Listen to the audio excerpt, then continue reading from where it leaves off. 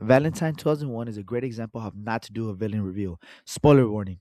Ever since the days of Scooby Doo, where the gang would stop a seemingly supernatural or scary monster only to find out, lo and behold, it was not supernatural or even a real monster, but a costume wearing individual that then would blame them, saying, if it wasn't for those many kids and their dog, I would have gone away with it. Has it been a staple in mysteries slash whodunits to have a good and fulfilling villain reveal? All this to say that Valentine 2001 failed in that department, and I'm going to explain why. When writing a great villain reveal, there's a criteria that has to be met so that it can feel cathartic or satisfactory for the viewer. After watching many whodunits, I can point out that the best ones at least meet most, if not all, these requirements. First, the villain has to be someone that has been presented in the story. It can't be someone that only shows up in the movie for the first time when we see them underneath the mask. The killer has to be in the movie enough for them to be considered a suspect, because that's the fun in these types of movies. The audience can play as a detective themselves as they try to solve the mystery with the characters. Now, that's where the second requirement comes in. There has to be enough clues so that when the killer is revealed, it feels as if she was always under our nose the whole time and it couldn't have been anyone else. The rest of the suspects were red herrings, which leads me to my third requirement. The red herrings had to feel believable. What a red herring is, it's a clue, suspect, or information that is meant to mislead or distract you from the real killer. There are movies where the red herrings are so obviously not them, but when they are written well, they can be great inclusions to the mystery. Now, the final thing that makes a great villain review is that the villain's motivation has to make sense. This one is probably the most important to me as it has to be really good if it leads them to violence. I'm not going to believe a person is capable of murder because someone stole their favorite sweater in the ninth grade and now vows revenge. Valentine just doesn't meet the criteria, and the actual revelation of the killer's identity is done in a way that's not satisfactory because we are left disappointed when everything's said and done. Let me break it down. We start the movie with a school Valentine's Day dance where this nerdy kid is asking girls to dance with him. They all decline until the perceived fat chick accepts, and not even to a dance, they start magging. The bullies start play hating and ruin his makeout session. The fat chick immediately folds to some light remarks, then proceeds to lie on his name, saying he attacked her, and then they pour punch on him and see that his most important character trait is being a nose bleeder. The kids begin to haze him by taking his clothes off and then jumping him. Bit extreme, I think. We fast forward to the future where we meet our first murder victim, Catherine Heigl, on a date with this douchebag who speaks about himself in the third person. After she leaves, she goes to a morgue where she receives a Valentine's Day card marking her for death, which comes in the form of a dead body on the table, not being so dead after all. She gets chased and then has her throat sliced. We meet some more women.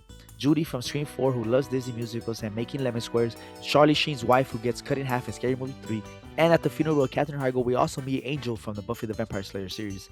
We learn he and Judy are on a break, and his 3 week sobriety comes into question when Judy finds a bottle in his car, but says it's a gift for a friend. Shortly after, the girl from White Chicks who wants her knees done is added to the group, as well as the fat chick who folded the minute any pressure was added. Speaking of which, when she gets home, she is the recipient of the next Valentine's Day card. Right after that, she is visited by her friend, Campbell, who asks if he can stay with her as he was kicked out from his house because his friend didn't pay his half of the rent while he was gone. Dorothy, aka the fat chick, lets him stay. The stepmom then makes a fat joke at her, which is wild as only I can make those around him. They roast each other for a bit and fight a little bit. Back at Judy, a strange noise scares her and makes her leave the shower just long enough till the water shuts off, and now she has no choice but to clean her head off with the toilet. She finds the sheriff mask and runs to Scary Gary. I hate how this movie is structured, as now we see another Valentine's Day card, and now we find out that the sender has the initials JM and is received by Lily. And oh, did I forget to mention it came with chocolates, and not just any chocolates, but chocolates filled with maggots. They go down the list on who is this mysterious JM until they reach the name Jerry Melton, the kid they bullied at the dance, which is suspect numero uno in my book too. The gang goes to an art expo. I think that's what this is. It belongs to this dude named Max, who is Lily's BF. They all talk about Jerry Milton some more, then explore the art exhibit where Max and Lily kiss, but Lily stops when she sees his assistant watching creepily, so it's obvious he's been cheating. Lily leaves and gets lost in this freaky ass maze. Luckily, she finds help. I'm just kidding. She gets hit in the stomach with 2 arrows. I actually love this kill, as not many movies use bow and arrows as murder weapons, and this one really makes sense as obviously the sheriff. I forgot to mention this detective this movie, and when he is questioning him to help find who the killer is, how angry Dorothy gets me, as she is still running with the lie that Jeremy attacked her all those years ago. That is not what happened. We all saw it. She admits this to her friends, but still admitted to the police. Judy and Angel go on another date, and it ends innocently. And that's not even a joke. At this point, I realize there has been 2 kills in this movie in about an hour's time. I really don't like how this movie is structured. You have this cool looking sheriff killer. Why don't you use him more? I understand the reason for him being used sparingly, but still give me at least 4 kills in an hour, or at least a longer kill sequence. Some chasing, running, something for suspense and thrills. Something. The next scene is odd and very much contrived. The detective explains what happened to Jeremy after the dance, which was the inciting incident for his downfall in life, as afterwards he went to a reform school, then in juvenile hall, and then the mental hospital, all because of some bullying. And on top of that, his parents died in a fire, which is just icing on the cake. The detective explains he has no recent pictures of the killer in this hilarious scene, If we did, don't you think we'd be looking at them? so he just uses the computer to render how he would look as an adult, and even alludes to the idea he could have gotten plastic surgery to look different and blend in with civilization. Don't you worry about this, just some work sexual harassment. And finally, we are back. Scary Gary gets caught wearing Judy's panties and then gets killed by a plancha. I need more violence. Dorothy and her friend finally have what looks like to me like bad fornication, as Campbell clearly is using her.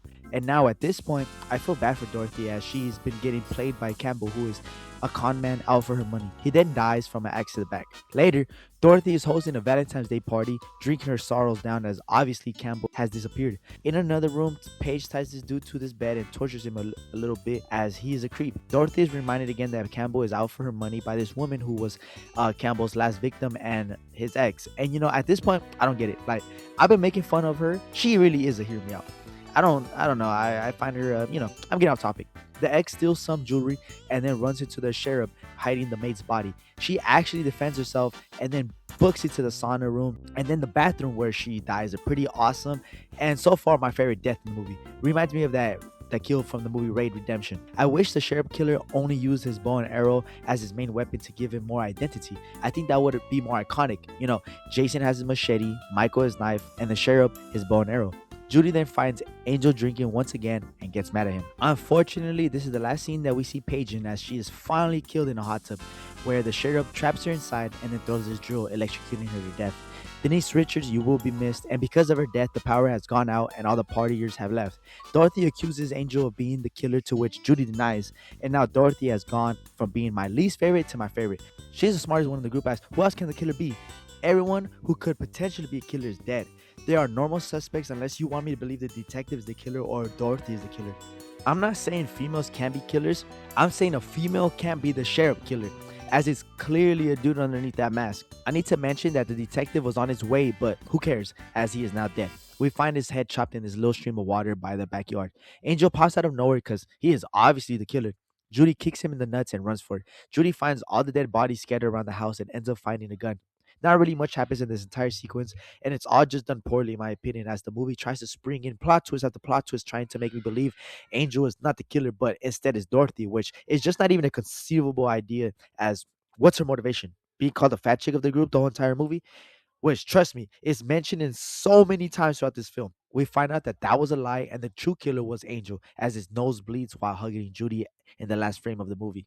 This was such a bad villain review, and it's because we can spot Angel being the killer from a mile away. If you know anything about mystery movies, which this movie is, you know they need to be believable red herrings, which this movie just doesn't have. By the end of the movie, it's left between Angel and Dorothy as to who the killer can be, and that's just not a final good to characters to make me believe which is the killer. Throughout the whole movie, there are no other options other than Angel and Campbell, and then once Campbell dies, Angel is the only real suspect left. So the whole third act, I already know who the killer is. I'm waiting for the reveal. Anyways, this movie is okay if you want to watch an easily digestible slasher. I would love to see a remake of this movie, as it has lots of potential, specifically with the design of the sheriff killer. He looks so cool, and if they would give him a bow and arrow as his primary weapon to kill people, that would be a movie I would love to see just for him alone. This is how not to do a villain review with bad ideas, and I hope you guys have a great Valentine's Day and enjoy this video. Peace out.